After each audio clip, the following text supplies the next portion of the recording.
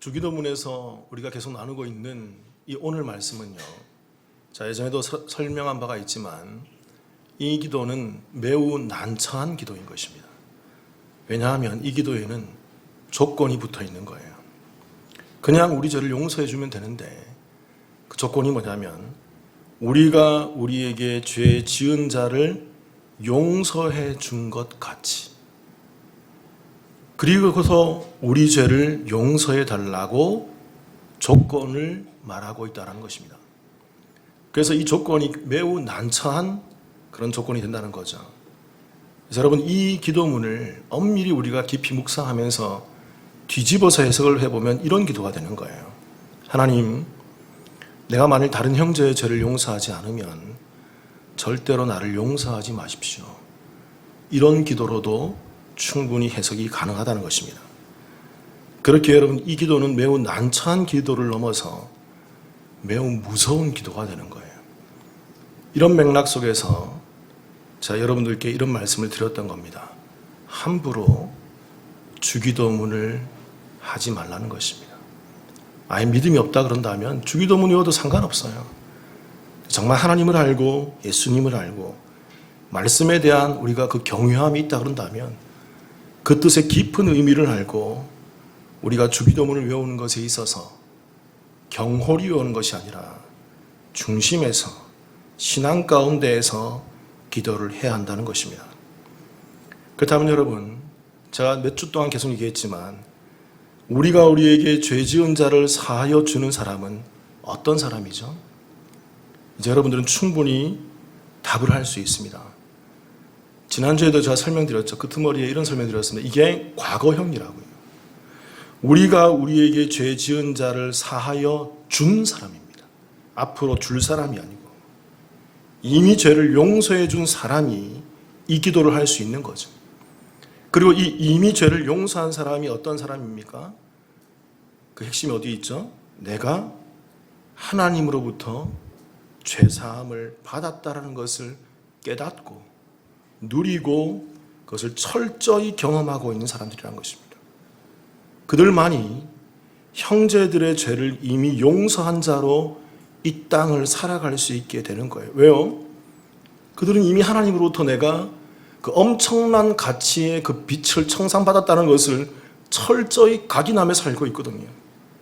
그렇게 그 하나님의 용서로 인해서 하나님의 용서 때문에 선행하는 하나님의 용서 때문에 내가 이 땅에서 용서하지 못할 죄가 없다라는 것을 철저히 알고 있는 자들이기 때문에 그렇습니다. 그렇게 그들은 형제의 죄 앞에서 내게 가해지는 그 형제들의 죄 앞에서 가슴 아프죠. 괴롭죠. 너무 몸서리 쳐지고 몸부림치면서 눈물이 납니다. 그러나 그들은 이렇게 고백하는 거예요. 하나님께서 나를 용서하셨기 때문에 저도 용서하겠습니다. 그렇게 고백하며 그리고 그들은 또한 도저히 그 고백 가운데서도 용서하지 못하는 자신의 이 사악한 본성 앞에 하나님 앞에 나와서 계속 몸부림치며 살아가는 사람들이라는 것입니다. 그들이 누구죠? 그들이 이미 용서한 자들이라는 거예요. 그들이 하나님의 은혜 가운데에서 용서한 자로 내 죄 때문에 죄성 때문에 몸부림치면서 하나님 내가 용서하겠습니다. 근데 잘 안 됩니다. 하나님. 내가 용서하고 싶은데 잘 안 됩니다. 하나님. 내가 어찌 해야 됩니까? 이 신음과 탄원 가운데 이 땅을 살아가는 자들. 하나님은 그들을 용서해 주시는 것입니다. 제가 우리 교회에서 또 전에 교회에서는 이민교회든 상관없이 신방을 하면서 성도들과 대화를 많이 합니다. 여러 가지를 물어봐요. 그럼 대체적으로 성도님들이 많은 얘기를 해주시는데 좋은 얘기, 기쁜 얘기, 복된 얘기도 많이 해주시지만 상처받은 얘기를 들을 때가 참 많이 있어요. 그럼 저도 그 얘기를 들을 때면 목사로서 가슴이 아픕니다. 각자 다 달라요. 모두 다 달라요. 각자 그 다른 상황과 아픔과 상처들이 저는 충분히 이해가 됩니다. 정말 이해가 돼요. 저 이해합니다. 왜 제가 그렇거든요. 저도 그렇거든요. 그렇지만 제가 그 중에서 정말 감사한 케이스가 몇 케이스가 있습니다.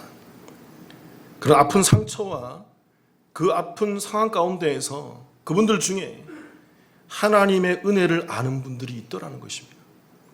하나님의 은혜 가운데에서 자신의 아픔을 감싸 안으면서 감내하고 있는 분을 만나게 될 때가 있더라는 것입니다. 여러분, 이분들의 특징은 뭐냐면 이래요. 상처 때문에, 그 받은 상처 때문에 너무 아프고 괴롭지만, 그 상처 때문에 너무 힘들지만, 하나님의 은혜 때문에 괴롭지만 하나님의 은혜 때문에 상대방을 증오하거나 미워하지는 못해요. 그들을 완전히 혐오하지 못한다고요. 그냥 끙끙 앓으면서 속병이 들어 신음을 앓고 있는 분을 보게 될 때가 있습니다. 생각보다 그런 분들이 꽤 있어요. 자신의 상처의 과거를 회상하면 그 과거를 회상할 때 너무나 아프지만, 그러나 지나온 시간 가운데 하나님의 은혜로 덮고 또 덮고 또 덮고 있는 모습을 보게 될 때가 있다라는 것입니다. 저는 자신 있게 얘기할 수 있어요. 여러분들께 저는 이런 성도를 만나는 걸 기뻐합니다. 이런 성도를 보게 되는 것을 목회자로서 참 행운이라고 생각해요. 우리 교회도 그런 분들이 있습니다. 그분들을 볼 때마다 제가 소리 키는 게, 여기에 그런 분이 있었네, 여기에 참 성도들이 있었네, 그래 이게 성도지, 이들이 우리에게 죄 지은 자를 사하여 준 사람들이구나. 그래서 그들이 그 아픔 가운데 신음을 바라지만 하나님의 은혜 때문에 아픔을 덮어내고 있고, 인간의 욕정과 인간의 그 죄성 때문에 신음 속에서 끙끙 앓고 있구나. 그러나 여러분, 한 가지 좀 더 깊게 들어가면요, 그분들 모습 속에서 완전한 용서로 온전한 회복을 누리지 못하게 되는 것을 생각보다 많이 보게 됩니다. 그들은 은혜를 알고 있어요. 구원받았어요. 예수가 누군지를 알고 내가 얼마만큼의 가치의 구원을 받은 건지를 그들은 알고 용서하려고 합니다. 그런데 여러분, 현실적으로 그게 참 쉽지 않다는 거예요. 목사님, 맞아요. 하나님이 내게 얼마나 큰 구원을 주셨는지 제가 머리로도 알고 가슴으로도 알고 영적으로도 기쁨을 느끼며, 그래서 내가 그 용서 때문에 내가 그렇게 해야지, 그렇게 이웃을 용서해야지, 내게 죄를 범한 사람을 사랑해야지, 내가 그렇게 하겠습니다. 그런데 여러분, 용서라는 게, 이 사랑이라는 게 참 쉽지 않더라는 것입니다. 그렇지 않습니까, 여러분? 저 여러분, 그렇지 않나요? 우리가 은혜를 누리지만, 예수로 말미암아 그 은혜 가운데 있지만, 이 용서하는 삶이 쉽게 되던가요? 쉽게 사랑할 수 있게 되던가요? 내게 잘못한 형제를, 내게 잘못한 이웃을 쉽게 용서하고 사랑해낼 수 있던가요? 그래서 제가 여기서 오늘 말씀에서 여러분께 한 가지 중요한 질문을 던져드리겠습니다. 성도님 중에 이런 질문을 한 분이 있어요. 목사님, 상대방이 내게 죄를 짓고 회개하지도 않았는데 어떻게 그의 죄를 용서해 줄 수 있단 말입니까? 상대방이 내게 죄를 짓고 그가 뭘 잘못했는지도 모르고 여전히 기고만장해 있으면, 여전히 내 상처로 남아있고 그가 회개하지도 않고 반성하지도 않고 내게 잘못을 구하지도 않는데, 목사님 어떻게 그를 용서할 수 있어요? 내가 용서하지 했지만 그는 변하지 않았잖아요. 그는 여전히 변하지 않았잖아요. 여러분, 이런 질문이 잘못된 질문입니까? 상대방이 전혀 회개하지 않았는데, 질문 드려볼게요. 여러분, 용서할 수 있나요? 용서가 되던가요? 사랑할 수 있던가요? 여러분, 죄송하지만 목사인 저는 안 되더라고요. 저는 절대 안 되더라고요. 그런데 여러분, 이런 질문에 우리 주님께서 매우 중요한 답을 우리에게 말씀을 해주십니다. 오늘 이것을 좀 나누려고 해요. 그것이 바로 우리가 지난 2주 동안 나누었던 그 1만 달란트 빚진 자의 비유, 그 앞에 설명되어지고 있는 내용이에요. 이게 다 이어져 있습니다. 그래서 예수님의 비유의 이야기들을 쭉 이어보면 굉장히 깊이 있는 이야기들을, 진리를 우리가 발견할 수 있어요. 마태복음 18장 15절입니다. 제가 한번 읽어볼게요. 내 형제가 죄를 범하거든 가서 너와 그 사람과만 상대하여 권고하라. 만일 들으면 내가 내 형제를 얻은 것이오. 죄를 범하는 것에 대해 얘기해요. 내 형제가 너에게 죄를 범하거든, 죄 문제를 말씀하시는 것입니다. 근데 이 죄 문제가 1만 달란트 빚진 자의 비유에서는 빛으로 둔갑해서 나오는 거죠. 바로 그 뒤에서. 그런데 이 죄를 범한 형제를 어떻게 대하라는 것입니까? 18절 15절 내 형제가 죄를 범하거든 그러면서 중반절에 그 사람과만 상대해 뭐하라? 권고하라고 되어 있어요. 죄를 범한 형제를 여러분 잘 아셔야 돼요. 여기까지 가셔야 돼요. 가만두고 방치해서는 안 되는 것입니다. 교회에서 또는 관계 가운데에서 우리가 성도라고 한다면, 교회 성도라고 한다면 내게 아픔을 주고 내게 죄를 범하고 내게 어려움을 가했던 그 형제를 여러분 그냥 가만 지켜보면 안 돼요. 어떻게 해야 될까요? 권고해야 하는 것입니다. 이게 성경의 말씀, 예수님이 하시는 말씀이에요. 이 권고하다는 말이 헬라어로 엘렌코란 말인데 이게 훈계하다, 죄를 깨닫게 해주다라는 것입니다. 여러분 잘 아셔야 돼요. 여기서 예수님은 먼저 용서하라고 말하지 않습니다.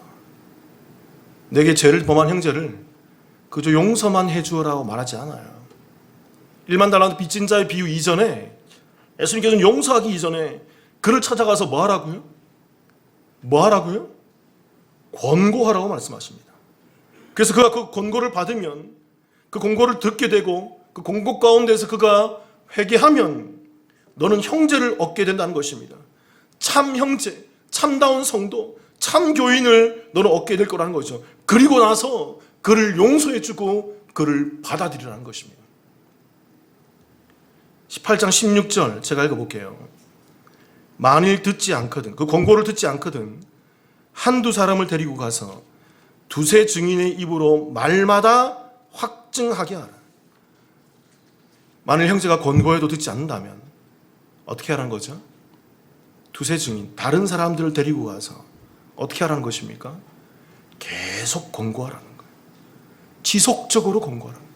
한 번만 하지 말고 언제까지?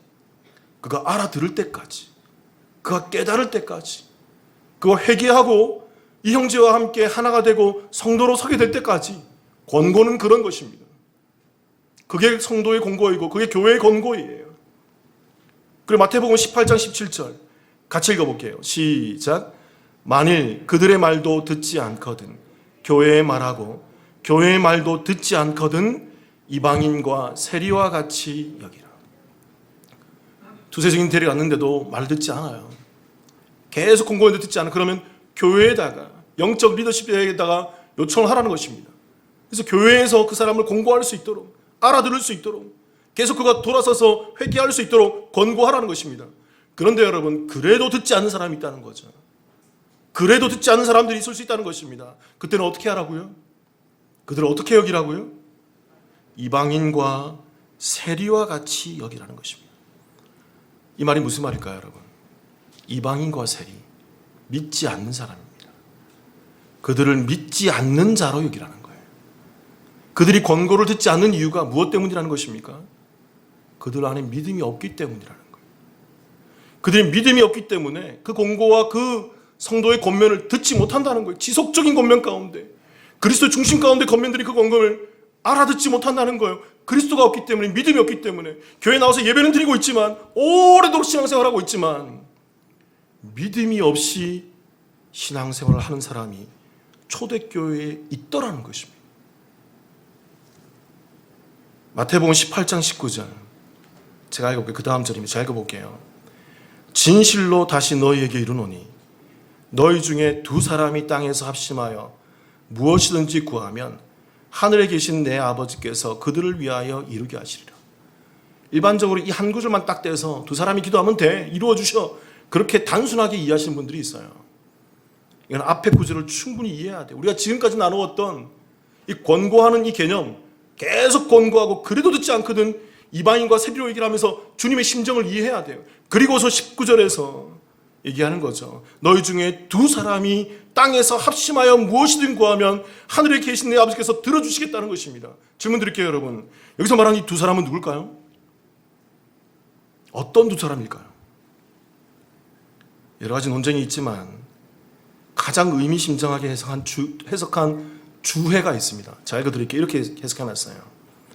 여기에 등장하는 두 사람은 아무나를 의미하지 않고 앞서 내용에 등장하는 죄를 범한 형제와 그 형제를 권면하는 자를 가리키는 말이다. 죄를 범해서 형제에게 상처를 준 사람과 그 형제를 권면해서, 지속적으로 권면해서 그 형제를 설득하고 그 형제의 회개를 받아내며 그 형제를 용서하는 그 두 사람인 거죠. 그 두 사람이 합심하게 되는 것을 말하는 것입니다. 다시 띄워보세요. 19절 잘 보세요. 진실로 다시 너희에게 이르노니 너희 중에 그 두 사람, 죄를 범한 사람과 그 죄를 범한 사람을 권면해서 용서해주는 그 관계 가운데서 합심한 사람들, 그 사람들이 기도하는 건 주님께서 들어주신다는 것입니다. 여기서 합심하다는 말이 헬라어로 심프호네오란 말이에요. 이게 조화되다, 일치되다라는 말입니다.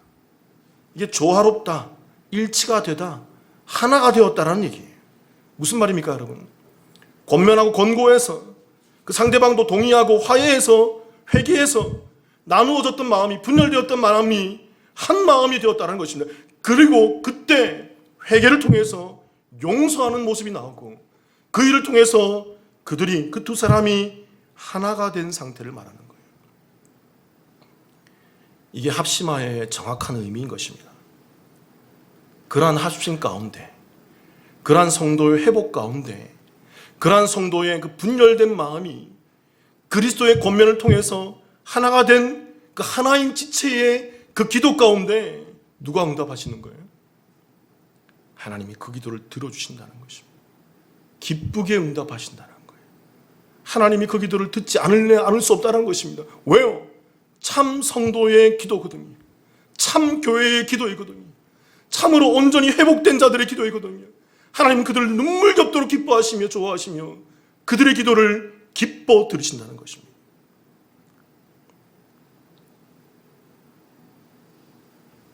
진정한 용서가 이루어졌기 때문에 그래요. 성도들이 형제를 미워하는 상태로 가만히 있지 않고 서로 찾아가는 것입니다. 그리고 권면하는 거예요. 한 번이 아니라 권면하고 또 권면하는 것입니다. 그 안에 예수가 있다면, 내 안에 있는 예수가, 그 안에 있는 예수를 찾아가는 것입니다. 내가 찾아가는 것이 아니라 예수가 예수를 만나는 거예요.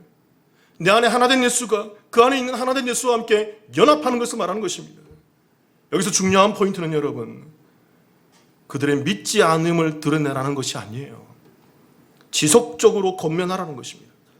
그들이 예수 믿는 자라 그런다면 그들 안에 있는 그 예수 그리스도를 통해서, 그 믿음을 통해서 그들이 그 예수가 드러나게 되고 그 예수 그리스도를 믿는 믿음이 결국엔 만나게 되어 있다는 것입니다. 그게 성도의 만남이고 그게 성도의 기도이고 성도의 합심이라는 거예요. 그래서 그 믿음으로 말미암아 그 마음들이 하나가 되어서 그 안에 참된 영적 회복과 기쁨이 넘치게 된다는 거예요. 여러분, 이게 교회입니다. 이럴 수 있는 게 교회예요. 세상은 못해요, 여러분. 왜요? 그들 안에 예수가 없기 때문에. 예수가 있는 교회는 이럴 수 있는 것입니다. 왜요? 나는 죽고 그리스도가 살았기 때문에. 내 안에 그리스도만이 충만하기 때문에.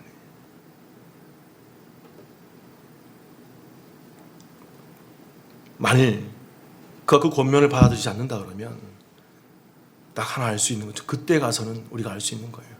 그에게 누가 없기 때문이다? 예수가 없기 때문으로 생각하라는 거예요. 그때는 어쩔 수 없다는 것입니다. 예수가 없는 사람에게 아무리 권면하고 믿음으로 신앙으로 기도해도 안 된다는 것이죠. 잘 알아야 됩니다, 여러분. 예수님은 무작정 용서해라는 것이 아니에요. 먼저 권면하고 회개가 선행되어야 함을 우리 가운데 얘기하고 있다는 것입니다. 그러나 회개할 때까지 계속적으로 지속적으로 기다려주고 깨닫도록 권면하라는 것입니다. 지속적으로 반복적으로. 여러분, 이것은 정죄하는 것이 아니에요. 회개함으로 권면하는 것을 말하는 것입니다. 그리고 그 형제가 회개하고 돌아온다면 어떤 사람이라고 한들, 어느 누구로 한들 그를 용서하고 그를 용납하고 하나 되어 하나님께 기도해야 함을 우리 가운데 말하고 있다는 거예요.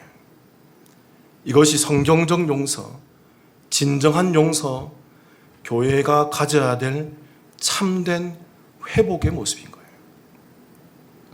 그리고서 예수님께서 그 후에 우리가 그동안 나누었던 1만 달란트 빚진 자의 비유, 그 용서하지 못하는 사람의 비유를 말씀하시는 것입니다. 한번 볼게요. 마태복음 18장 24절 같이 읽어보겠습니다. 시작. 결산할 때에 10,000달란트 빚진 자 하나를 데려오매.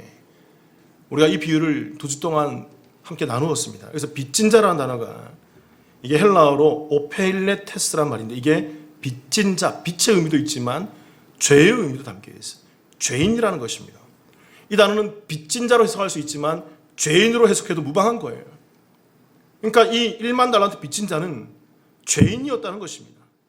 그가 주인으로부터 도저히 갚을 수 없는 그 죄를 탕감받았다는 것이에요. 그런데 여러분, 그 형제의 죄에 대해서는, 형제의 작은 죄에 대해서는, 주인에게서는 엄청난 죄를 탕감받아 놓고는 형제의 작은 죄에 대해서는 용서하지 못하는 것입니다. 그가 형제의 죄를 용서하지 못하는 이유가 무엇이라고 말씀드렸죠? 첫 번째로 그가 용서받은 가치가 얼마인지를 모르기 때문에 그래요. 도대체 어떤 용서를 받았는지를 제대로 알지 못하고 누리지 못하기 때문에 자기에게 작은 죄를 범한 자를 용서하지 못하는 것입니다. 그리고 오늘 나누는 이 두 번째 의미가 중요해요. 우리가 지금까지 말씀을 조합해보면 이 10,000달란트 빚진 자는요, 그는 용서받았지만 그에게 작은 죄를 범한 형제를 용서하지 못했는데 어떻게 용서하지 못했어요? 그에게 뭘 못했을까요? 권면하지 못한 거예요. 그를 찾아가서 너의 죄가 이런데 너가 이것 때문에 내가 아프고 내가 이것 때문에 상처받았고 내가 이것 때문에 기도하고 있는데 사랑하는 형제요, 사랑하는 자매요, 내가 너무 힘들다. 내가 너무 힘들다. 내가 어떻게 해주면 되겠니? 내가 기도하는데도 잘 안 된다. 그 권면을 못한 거예요. 그래서 그는 그저 계속 형제의 죄만 보고 있는 거예요. 계속 그 형제의 죄만 보고 있고 그 죄를 정죄하면서 계속적으로 죄만 되뇌이고 있는 것입니다. 그래서 그는 형제를 향해서 그 빛이 무엇인지, 그 죄가 무엇인지를 권면하지 못하는 것이죠. 그 형제가 깨닫고 돌아설 수 있는 기회를 주지 않는 것입니다. 계속적으로 권면하지 못한 것이지. 그래서 그가 결국에는 형제를 용서하지 못하는 자로 전락하게 되는 거예요. 여기에 키워드가 있는 것입니다. 마태복음 18장 20절, 그 다음 절 읽어볼게요. 시작. 두세 사람이 내 이름으로 모인 곳에는 나도 그들 중에 있느니라. 그러니까 이런 구절들을 한 구절만 딱 떼어서 보면 오해하기 쉬워요. 우리가 두세 사람이 모여서 함께 기도하자, 그럼 주님도 함께 계신다, 단순히 이 정도로만 이해할 수 있다고요. 그런데 여러분, 전후 맥락을 잘 이해해 보시면 이게 그런 얘기가 아니에요. 여기서 말하는 이 두세 사람이 내 이름으로 모신 곳, 나도 그 중에 있다고 말씀하시는데 이 두세 사람이 어떤 사람입니까? 아까 얘기했던 그 두 사람이죠. 내게 죄를 범했던 사람, 그 죄 때문에 또 막 괴로워하고 상처 입은 사람, 그 상처 입은 사람이 권면해서 이 사람이 결국에는 용서함을 받고 회개함으로 함께 하나가 된 사람, 그 두세 사람이 연합해서 내 이름으로 모인 곳, 예수 그리스도의 이름으로 하나가 되어서 연합된 곳, 그곳에 누가 계시다는 거예요? 거기에 예수님이 임재하시는 거예요. 거기에 하나님이 역사하시는 거예요. 계속 분열된 상태로 서로 죄만 바라보고 네가 잘했니 내가 잘했니 서로 양쪽을 향해 손가락 치고 있는 그런 모습이 아니라 용기를 내어서 다가가서 권면하는 것입니다. 차 한잔하자, 밥 한 먹자. 그러면서 조심스럽게 기도하는 마음으로 나의 상처를 말하고, 나 이것 때문에 힘들다, 이것 때문에 괴롭다, 한 번만이 아니라 알아들을 때까지. 그에게 누가 있다면, 그 안에 누가 있다면, 예수가 있다면 알아듣는다는 것입니다. 지속적, 아니면 목회자에게 도움을 구하세요. 그래서 계속 권면하세요. 중재해 드릴게요. 그래서 계속적으로 그가 예수 그리스도를 믿음으로 말미암아 회복될 수 있을 때까지. 그렇게 했는데도 회복되지 않는다 그러면 성경은 말하는 거예요. 그 안에 예수가 없기 때문에 그렇다. 예수가 없기 때문에 그래요. 저는 이것이 우리 교회가 앞으로 나아가야 할 방향이라고 생각합니다. 저는 우리 교회가 이와 같은 교회이길 원해요. 그저 가만히 있는 교회가 아니라 회복되는 교회이길 원해요. 회복되기는 교회이길 원해요. 여러분, 제가 왜 3주 동안 계속 이 얘기를 한 줄 아십니까? 지금 우리 교회 성도님들이 몇몇 분들이 오해하는 분들이 있어요. 몇몇 분들한테만 얘기한다고 생각 아니에요. 여러분 전부 다 그래요. 서로가 자기한테 얘기하는 거라고 오해하는 분들이 우리 교회 전체한테 다 얘기하는 거예요. 또 저한테도 얘기하는 거고요. 데살로니가후서 3장 14절입니다. 같이 한번 읽어볼까요? 시작. 누가 이 편지에 한 우리 말을 순종하지 아니하거든 그 사람을 지목하여 사귀지 말고 그로 하여금 부끄럽게 하라. 교회 안에서 성도로서의 역할을 제대로 감당하지 못하면서 일만 만드는 사람을 얘기하는 거예요. 교회의 분란만 조장하는 사람을 말하는 것입니다. 본인에게 주어진 성도의 역할을 잘 하지 못하면서 분란 가운데 있는 사람들에게 찾아가서 권고하라는 것입니다. 계속적으로 권고하라는 것입니다. 그래도 그들이 순종하지 못한다 그러면 뭐라고 얘기합니까? 사귀지 말라고 얘기하는 거예요. 근데 여러분 이 의미는 왕따를 시키란 말이 아니에요. 여기서 정확한 의미는 뭐냐면 이 사귐은 연합하지 말라는 것입니다. 그의 말에 동조하지 말라는 거예요. 그의 말에 귀를 기울이지 말라는 것입니다. 그러고 나서 그로 하여금 부끄럽게 하라. 이 부끄럽게 하라는 말이 헬라어로 엔트레포란 말인데 이게 부끄럽게 하다, 존중하다의 의미. 이게 양면성이 있는 말이에요. 이게 합성어인데 이게 엔이란 말은 무엇 안에란 말이고 트레포란 말은 돌다, 안에 돌다, 돌리다 그런 의미예요. 그래서 이걸 합치면 이것은 돌아서다, 방향을 바꾸다의 의미가 되는 것입니다. 그러니까 그 안에서 일만 만들고 분란만 생기는 사람들에 향해서 부끄럽게 하면서 그게 권면하면서 계속 권면하지만 존중하는 마음을 가지고서 그 안에도 누가 있기 때문에 그 사람 안에도 누가 있기 때문에 예수님이 있기 때문에 그 예수를 바라보면 존중하는 마음을 갖고서 그가 돌아서도록 그가 방향을 바꾸도록 그렇게 계속적으로 그렇게 권면하라는 것입니다. 그가 그 돌아서서 자신의 부끄러움을 알도록 존중하면서 그 3장 15절 제가 읽어볼게요. 그러나 원수와 같이 생각하지 말고 형제같이 권면하라. 원수같이 생각하지 말라는 것입니다. 원수 같다라는 말이 헬라어로 메크드로스란 말인데 이게 증오, 이게 혐오란 얘기예요. 내게 상처를 준 사람에 대해서 증오하거나 혐오하지 말고 그도 형제입니다. 그 안에 예수가 있다고요. 예수를 바라보면서 형제같이 그를 권면하라는 것입니다. 그리고 이 형제라는 단어가 또한 이게 아델포스인데 이 말도 합성어예요. 이게 연합이고 델포스 어머니의 뱃속 자궁을 말하는 거예요. 그러니까 한 어머니에서 태어난 자라는 것입니다. 그러니까 무슨 말이냐면 여러분 내게 상처를 준 형제가 한 교회 안에 있는 형제가 한 교회에 있는 연합된 성도가 예수 그리스도의 피를 나눈 성부 하나님으로부터 잉태되어진 한 성부 한 예수 그리스도 한 성령 안에 있는 그런 형제라는 거예요. 우리의 근원은 하나라는 것입니다. 그리스도로 말미암아 하나님 안에서 하나가 있는 존재라는 거예요. 그래서 우리는 이 땅 가운데 살면서 형제 간에 다투고 상처를 주고 서로 어려움이 있지만 존중하는 마음 가운데에서 거의 권면해서 그가 돌아설 수 있도록 그는 여러분 그 사람은 돌아설 수밖에 없어요. 왜요? 형제이기 때문에 그리스도 안에서 연합된 존재이기 때문에 결국은 돌아서게 되어 있다는 것입니다.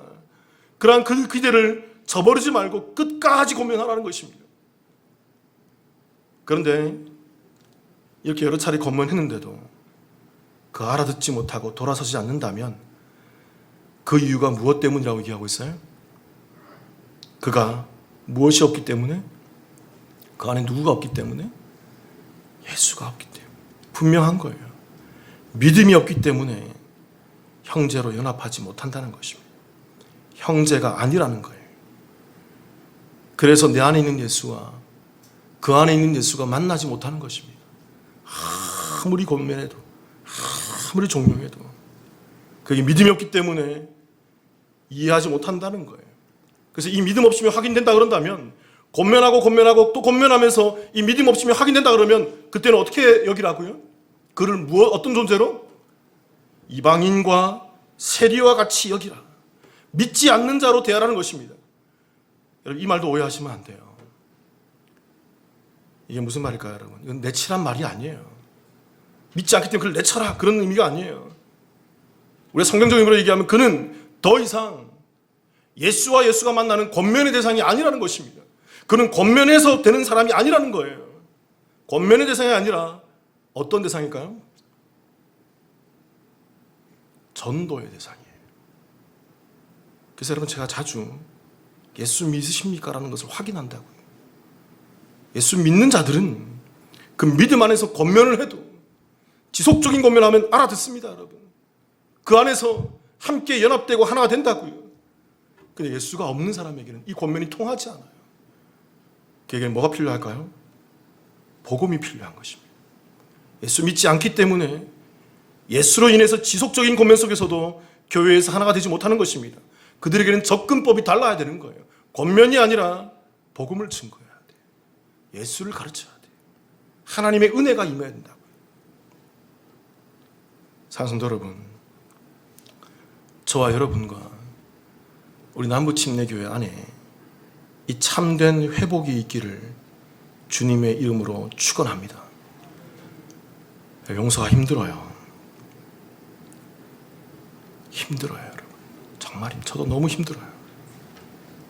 그런데 용서하기 힘든 지체가 있다 하더라도 먼저 용기를 내어서 그를 위해 중보하고 권면하시기 바랍니다.